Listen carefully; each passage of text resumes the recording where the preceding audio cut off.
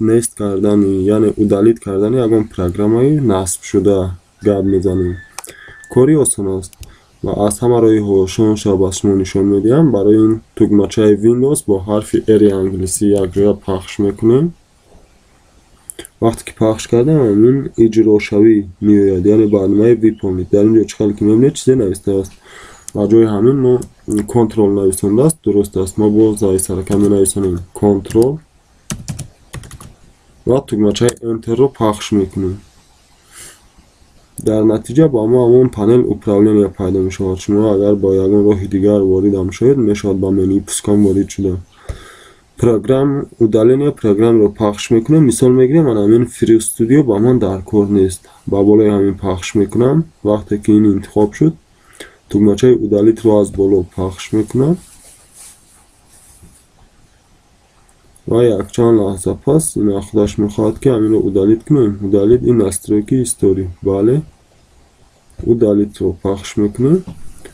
وابسته با نمودشون گوناگون میشن. این یکی از اصول های عادی удалить کردن یک پروگرام بود در کامپیوتر. از این با ما پیدا میشود. طرز نصب کردنش رو میفهمونم. یعنی بعد از اینکه که برنامه удалить میشد با ما خبر میدهد.